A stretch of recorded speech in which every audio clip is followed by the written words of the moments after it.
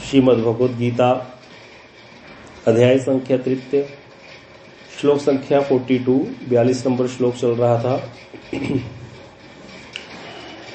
क्या कह रहे हैं भगवान? इंद्रियाणि प्राणी आहु इंद्रियभ्य परम मनः मनसस्तु परा बुद्धि बुद्धिर परतस्तु स बुद्धिर ये परतस्तु स। अर्थात इंद्रियों को श्रेष्ठ कहा जाता है, इंद्रियां बड़ी बलवान हैं, लेकिन मन जो है वो इंद्रियों से भी श्रेष्ठ है। मन के हिसाब से ही इंद्रियां कार्य करती हैं। को सुना दी? और क्या कह रहे हैं?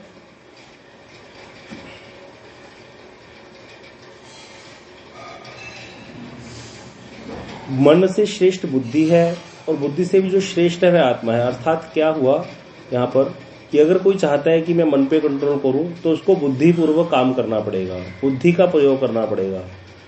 इसीलिए जब नाम करने का मन नहीं करता तो बुद्धि से हम सोचते हैं नहीं, नाम की तो बड़ी महिमा है, इसीलिए फिर मन को नियोजित करते हैं हरि नाम में। तो जो लोग नियम करने लग जाते हैं अपने जीवन में, नियम धारण कर लेते हैं, इसीलिए फिर वो आगे बढ़ पाते हैं, क्योंकि बुद्धि पूर्वक फिर हम लोग करते हैं। अपने आप कभी भी मन भगवान के कीर्तन में, भगवान के नाम में, भक्ति में नहीं लगेगा। बुद्धि पूर्वक मन को लगाना पड़ता है, क्योंकि बुद्धि श्रेष्ठ है मन से।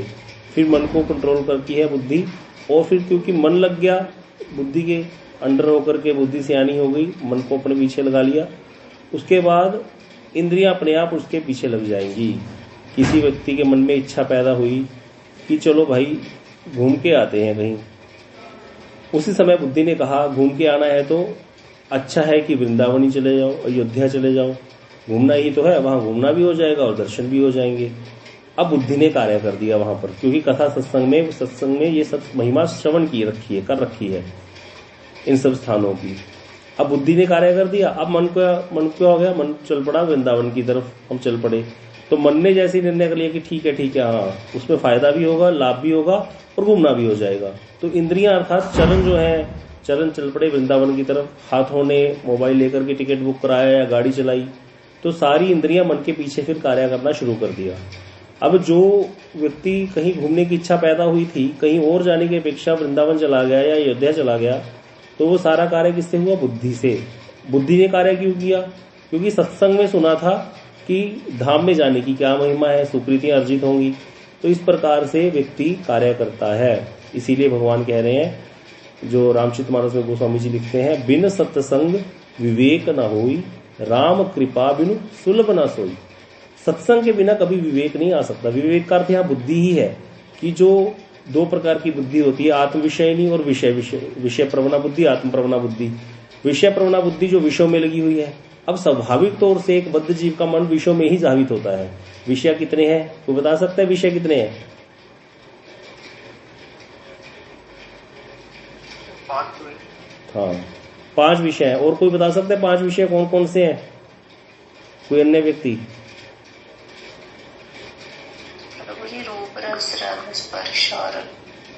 बिल्कुल, 5 इंद्रियां हैं, ज्ञान इंद्रियां। 5 ज्ञान इंद्रियों के 5 विषय हैं।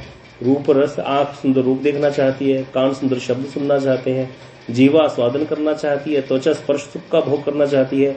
तो जहां पर ये विषय प्रवणा बुद्धि है, हमारी तो नेचुरली बुद्धि का है, विषय प्रवणा विषयों की ओर धावित होगी। लेकिन अब विषय उसको चाहिए देखना, कान से उसको सुनना चाहिए। तो उसी समय जब सत्संग के द्वारा क्या होगा, उसको विवेक जागृत हो गया कि इंद्रियों को तो भोजन देना पड़ेगा, लेकिन इंद्रियों को कौन सा भोजन दे दो? भगवत संबंधी भोजन प्रदान कर दो, जिससे क्या होगा? आत्मा का कल्याण होगा, क्योंकि आत्मा बुद्धि से भी श्रेष्ठ है। फिर हमारा मन भी लग जाएगा भगवान में, सब कुछ लग जाएगा जब बुद्धि को हमने नियोजित कर दिया। इस तरह से इस श्लोक में भगवान बता रहे हैं कि कैसे कैसे चलना है। तो कल हमने इसका समझ लिया था ये भावानुवाद, कि मन के नष्ट होने पर भी बुद्धि जो है वो नष्ट नहीं होती, अर्थात बुद्धि श्रेष्ठ है मन से। तो बुद्धि के द्वारा मन को कंट्रोल किया जा सकता है। जो लोग फिर भी मतलब संसार में हम देखते हैं, हम लोग जब तक सत्संग नहीं सुनते थे तो हम लोग संसारी विषयों में ही लगे रहते हैं। उसका कारण क्या था? क्योंकि हमारी बुद्धि को पता ही नहीं सही क्या है, गलत क्या है। आज की तिथि में, आज की अगर बात कहें हम, आज इतने लोग जो हैं, बच्चे आजकल सनातनी जो लोग हैं, उनके बच्चे जो हैं गलत दिशाओं में क्यों जा रहे हैं? क्योंकि सत्संग की कमी है।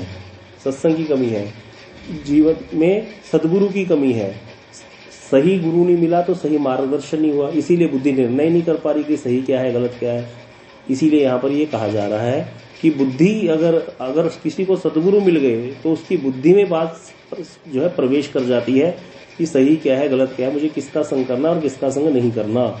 इस प्रकार से वो व्यक्ति फिर क्या करता है, धीरे धीरे अपने आप को आगे बढ़ाता है।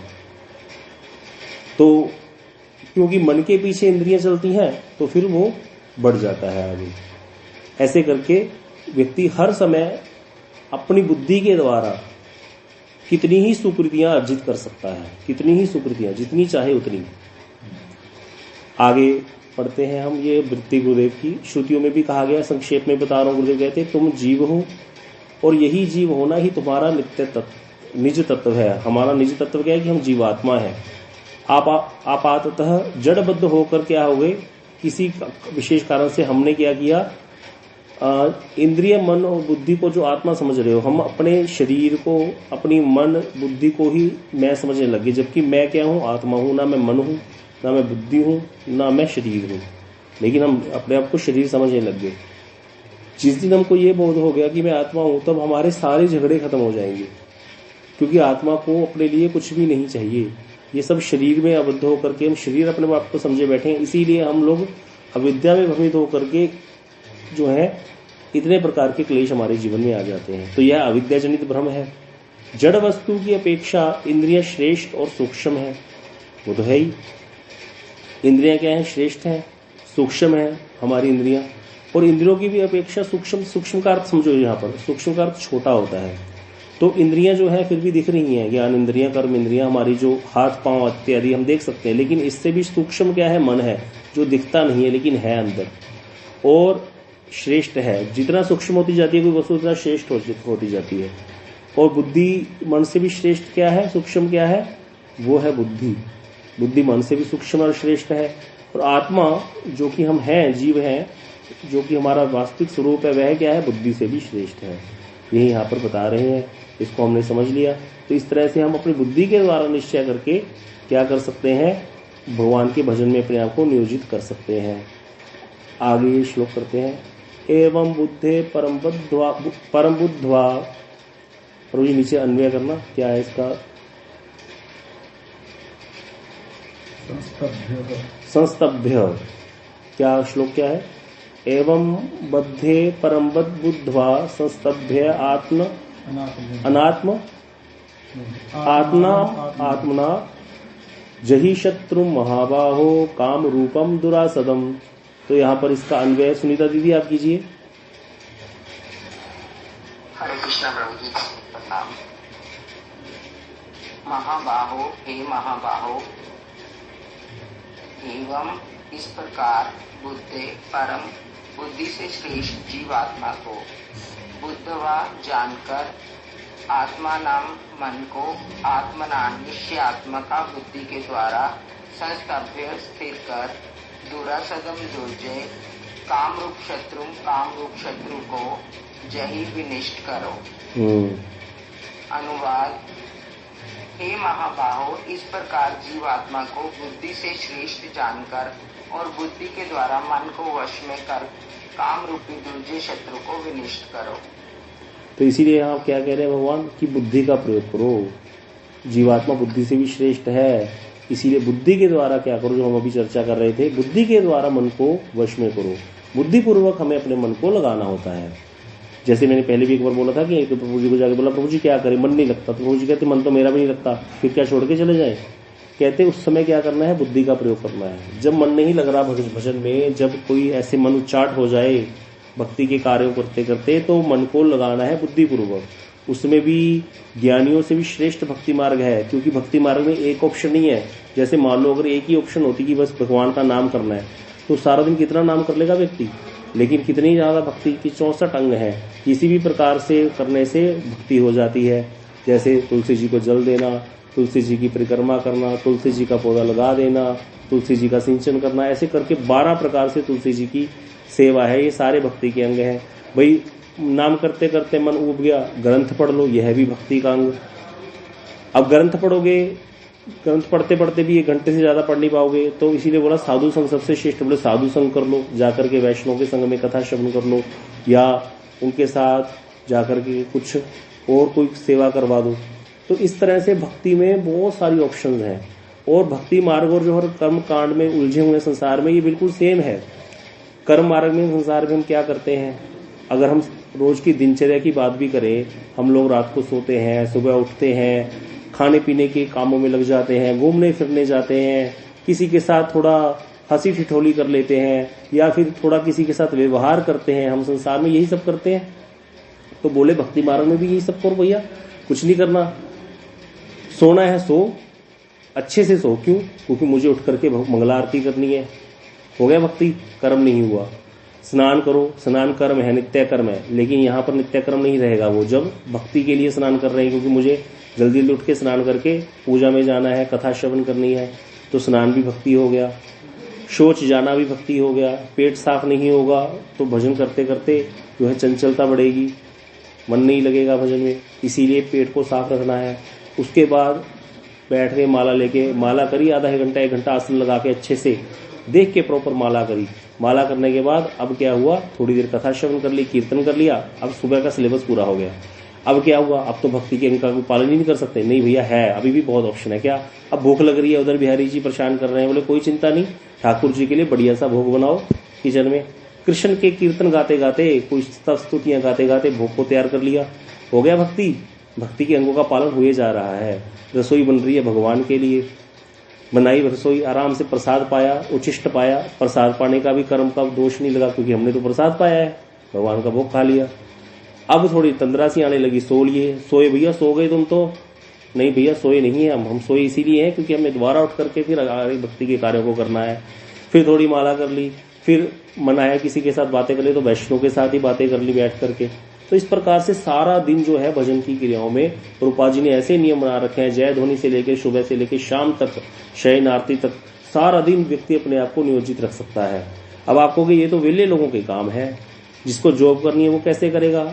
जॉब करने वाले तो और ज्यादा जो है मुक्त हो गए जल्दी जल्दी। क्यों?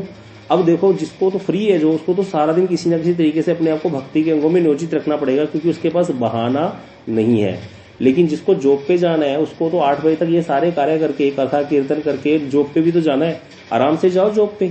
ऑफिस जाते जाते जितनी देर आप स्कूटर पे जा रहे हो, कार पे जा रहे हो, प्राइवेट जो पब्लिक व्हीकल से जा रहे हो, तो आराम से माला करो। जो प्राइवेट व्हीकल पे जा रहा है अपने हाथ में काउंटर लेकर के माला करते करते ऑफिस पहुंच जाए, कथा श्रवण करते करते ऑफिस पहुंच जाए, ऑफिस में जाके काम करो। अब ऑफिस में जाके आराम से अच्छे से काम करो, वहां कोई दिक्कत नहीं है कुछ किसी चीज में। जब समय मिले तो थोड़ा बहुत कथा सुन लो या नाम जप लो, वो तो ऐसे ही करते थे। फिर ऑफिस से घर आ गए। इस तरह से आपका जो ऑफिस जाना हुआ, पैसा कमाना हुआ, वो भी कर्म नहीं कहलाएगा, वो सारा भक्ति हो जाएगा। तो ये बुद्धि पूर्वक ऐसे करके हर समय व्यक्ति भक्ति के अंगों का पालन कर सकता है। भक्ति के 64 अंग। छुट्टियां हुई, जाकर के धाम दर्शन करे आए, तीर्थों में जाकर के स्नान करे आए। तीर्थों की भी बड़ी महिमा है। अगर वैष्णव तीर्थ पे जाते हैं तो तीर्थ जो है प्रसन्न हो जाते हैं, विशेष रूप से दर्शन देते हैं, कृपा करते हैं। बाबा महाराज बोलते थे, बाला पंते भजन करे, जगते रहे उदास, तीर्थ हूं आशा करे, कब आवे वो हरिदास। तीर्थ भी आशा करते हैं हरिदास कब आएगा, वो प्रभु का वैष्णव कब आएगा मेरे दर्शन करने, कब मैं उस वैष्णव के दर्शन करूंगा।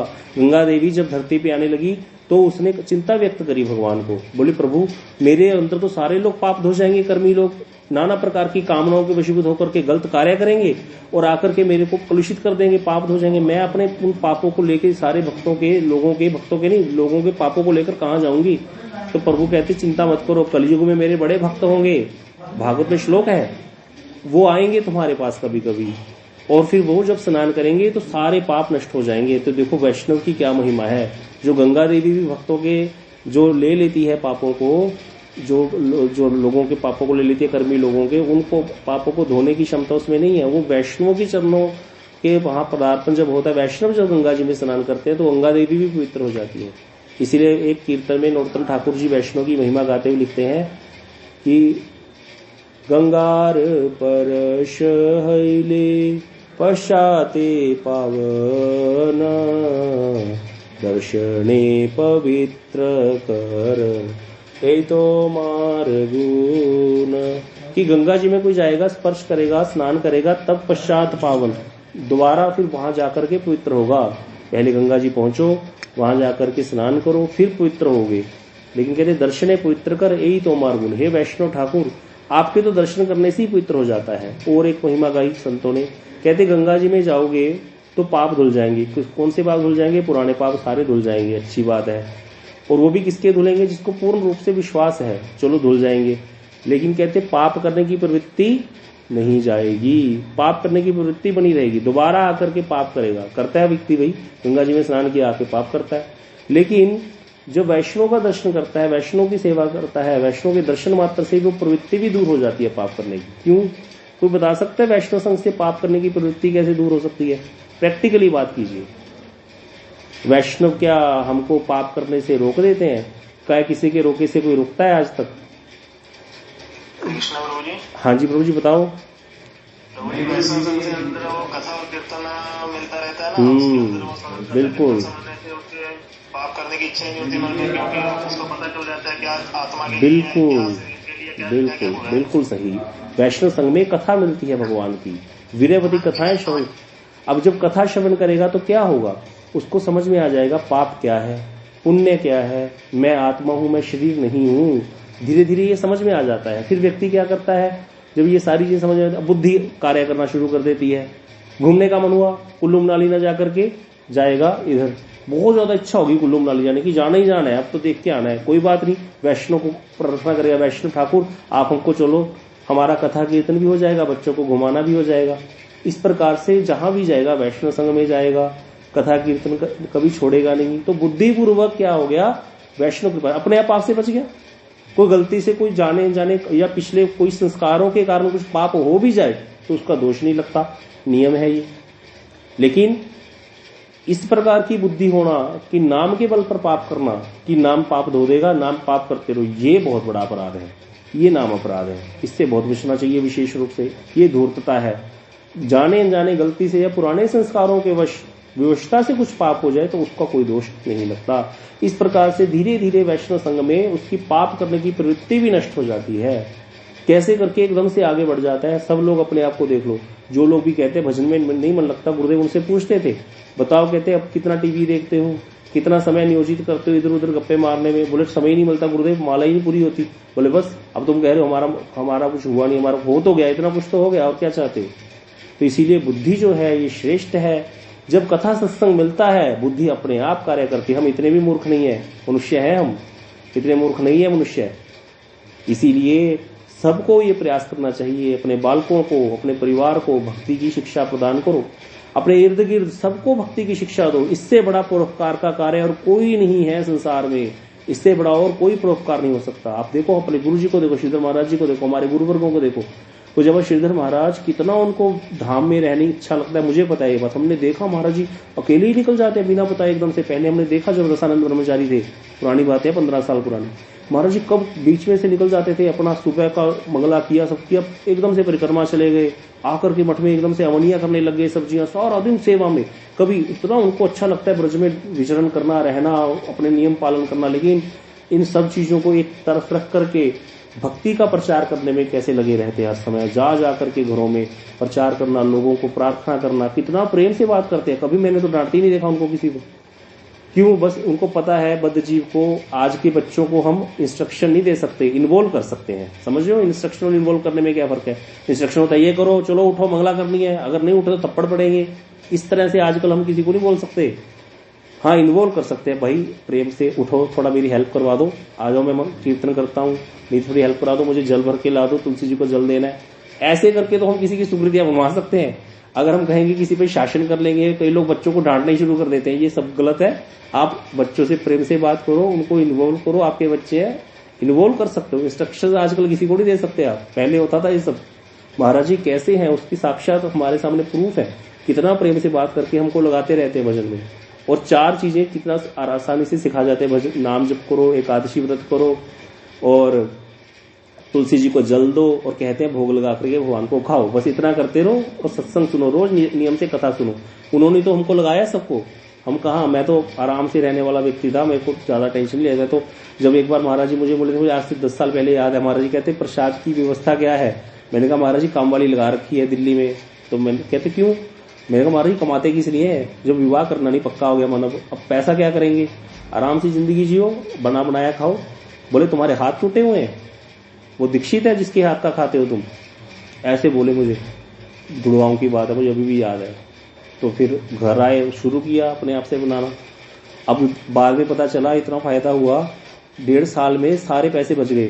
तभी तो चीज मन में आया कि नौकरी करनी क्यों है, जितना पैसा काम वालियों को, कपड़े धोने वाली को, इन सबको देते उतने में तो घर का खर्चा ही चल जाता था।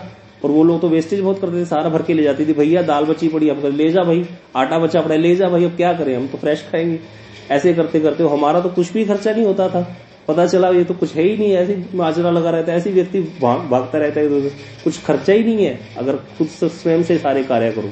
तो ये सारी चीजें संत करते हैं, युक्ति से मुक्ति प्रदान कर देते हैं, कैसे भजन में लगा देते हैं, बुद्धिपूर्वक सारी चीजों को हमें नियोजित कर देते हैं। तो आगे करना प्रभु जी, इसकी अब हम विश्वनाथ चक्रवर्ती पाद जी कैसे यहाँ पर इस गीता का अध्याय ये पूर्ण हो गया है।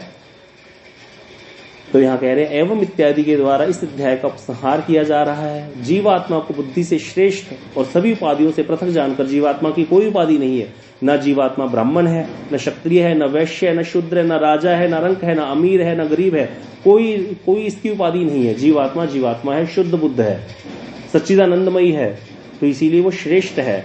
आत्मा के अंदर इतनी शक्ति है, इतनी पोटेंसी है, कुछ चिंता भी नहीं कर सकता। हम किसी भी प्लेनेट की बात को बैठे बैठे जान सकते हैं। जब हम आत्मा के लेवल पर पहुंच गए, हम किसी भी बात को जान सकेंगे। इसीलिए तो संत लोग मन की बातें पढ़ लेते हैं। तो इसीलिए आत्मा को स्वयं स्थिर कर इस दुर्जय काम का नाश करो। आत्मा के द्वारा आत्मा को स्थिर कर, स्वयं के द्वारा स्वयं को स्थिर कर, अपने आप को स्थिर करो कि मुझे भजन करना है। फिर बुद्धि एकदम से पिक्चर में आ जाएगी। लेकिन ये बुद्धि तब तक पिक्चर में नहीं आएगी जब तक हम कथा में अपने आप को नियोजित नहीं करेंगे। सत्संग से ही विवेक आएगा। कई लोग जो कहते हैं बस नाम करते रहो, कथा नहीं श्रवण करनी, ये रोज की डोज है सत्संग। अगर आप कथा सुनोगे नहीं, सिर्फ नाम करते रहोगे, आपका अनासंग भजन ही चलेगा। पहली बात तो चांस बहुत ज्यादा ये है कि वो माला छूट ही जाएगी एक दिन, और या फिर उसका फल क्या मिलेगा, संसार के भोग, क्योंकि नाम अपराध का फल क्या है, संसार के भोग। इससे ऊपर कुछ नहीं प्राप्त होगा। और बद्ध जीव की तो बड़ी प्रॉब्लम है। जो कनिष्ठ भक्त है वो तो है ही संसारी, देखा जाए उसको तो चाहिए संसार के भोग। वो तो पहले भी ऐसा ही था। एक माला ही तो हाथ में आई थी गुरु कृपा से, कथा सुनी नहीं तो माला का फल मिलने लग गया, भोग जो उसको संसार में वैसे नहीं प्राप्त हो रहा था, जिसके लिए इतनी परेशानी हो रही थी, अब वो माला करते करते उसको मिलने लग गया। अब माला कर रहा है तो तरंग रंगनी हो रहा है, लोग मालाएं पहना रहे हैं मेरे जैसे व्यक्ति को, प्रभु जी कर रहे हैं। अब आराम से हरे कृष्ण करते करते बैठ के मन मन मुस्कुरा रहा है। देखा सबको वशीभूत कर रखा है मैंने। भजन का मुख्य फल तो प्राप्त हो ही नहीं रहा। खरपतवार उग गया आसपास, जैसे खेती में बीज बो देते हैं तो आसपास खरपतवार ही पानी खींच खींच के बड़ा होता रहता है। मूल वो वस्तु जो है, मेथी लगाई, जो भी लगाया, वो तो पैदा ही नहीं हो रहा, बढ़ ही नहीं रहा। तो इसीलिए ये चीजें हमें कहाँ पता चलेंगी, सत्संग में पता चलेगी। लाभ, पूजा, प्रतिष्ठा, संसारिक भोग जब मिलने लग जाए, ये तो भक्ति का जो है, भक्ति का मुख्य फल क्या है, कृष्ण प्रेम। और भक्ति के अनुषंगिक फल बहुत सारे हैं। जो संसार में किसी को कुछ प्राप्त होता है, भक्ति से अनायास ही प्राप्त हो जाता है। कर्मियों को जो इतना कुछ करने से प्राप्त होता है, भक्ति में तो अनायास ही मिल जाते हैं सारे फल। भक्ति की बड़ी महिमा है, कुछ चिंता भी नहीं कर सकता। सबसे पहले भक्ति का कार्य क्या है, शुभदा। उससे पहले क्या है, क्लेश अग्नि। क्लेश अग्नि, क्लेश अग्नि मतलब क्लेशों का नाश करेगी। सबसे पहले क्लेशों का नाश होगा, फिर शुभदा, फिर शुभ प्राप्त होंगे सारे। तो सबसे पहले तो क्लेश नाश होंगे। हम क्लेशों में इतने उलझे होते, क्लेश नाश होती हम लोग प्रसन्न हो जाते हैं, भैया माला करने का फल मिल गया, माला कर रहे हैं, अब कथा क्यों सुननी। कथा से हम धीरे धीरे फिर आगे भी बढ़ते हैं। तो इसीलिए इस अध्याय में निष्काम कर्म साधन और उसके साध्य ज्ञान का सगुणत्व वर्णित हुआ है। आगे हम इसकी ये टीका समाप्त हुई है, भक्तानंददायिनी साधु संबता टीका श्री विश्वनाथ चक्रवर्ती पाद जी की। अब गुरुदेव की टीका पढ़ते हैं। इस प्रकार स्वयं को अप्राकृत तत्व, अप्राकृत तत्व क्या है, कृष्ण। अच्छा, इसमें अधोक्षर तत्व क्या है, कोई बता सकता है? अगर यहाँ पे अधोक्षर तत्व लिखा होता,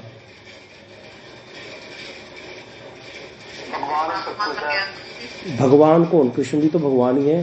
कृष्ण भगवान है, मतलब नाम लो, नाम क्या है आप? अधोक्षर तत्व और अप्राकृत तत्व में क्या डिफरेंस है?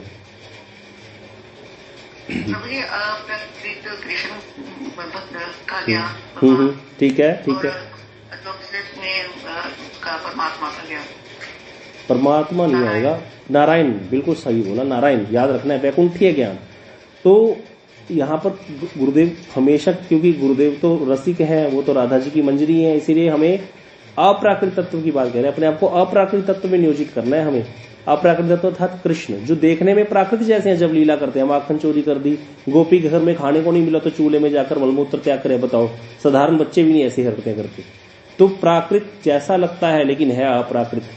नारायण कभी ऐसी लीला नहीं करते। नारायण तो भैया, नारायण को कोई भी भगवान मान लेगा, समझ आ रहे, तो अधोक्षज तत्व है वो। तो यहाँ पर अप्राकृत तत्व में नियोजित करना है, क्योंकि आराध्य भगवान ब्रजेश तन्य, हमारे आराध्य ब्रजेश तन्य है, नंद नहीं हमारे आराध्य है, और उनका धाम ही हमारा आराध्य है। उपासना की पद्धति जैसे ब्रज गोपियों ने करी, हमने कहा था ना उस दिन गिरिराज जी की पूजा, हम वैसे तो गिरिराज जी कृष्ण स्वरूप ही है, लेकिन गोपियों ने क्या बोला, हंताया मदरी रवला हरिदास भरे, हरिदास भरे कहकर उपासना करी। तो विष्णु चक्रवर्ती ने श्लोक दिया है कि हमें आराधना भी किससे करनी है, ब्रज वर्गेण या कल्पिता। जैसे गोपियों ने आराधना करी वैसे आराधना करनी उस भाव से। कृष्ण को पर पुरुष जान करके गोपियां उनका चिंतन करती थी, और गिरिराज जी का पूजन किया भगवान के भक्त जान करके, तो उसी रूप में उपासना करेंगे। ऐसा बुद्धि को नियोजित करना है, ये हमारा गौड़िया सिद्धांत है। सबसे ज्यादा जो आनंद, इससे टॉप मोस्ट और कुछ हो नहीं सकता, तो यही प्रदान कर रहे हैं कि स्वयं को अप्राकृत तत्व और समस्त जड़िया सविशेष तथा निर्विशेष चिंता से श्रेष्ठ। निर्विशेष चिंता क्या है, कोई बता सकता है निर्विशेष चिंता क्या है?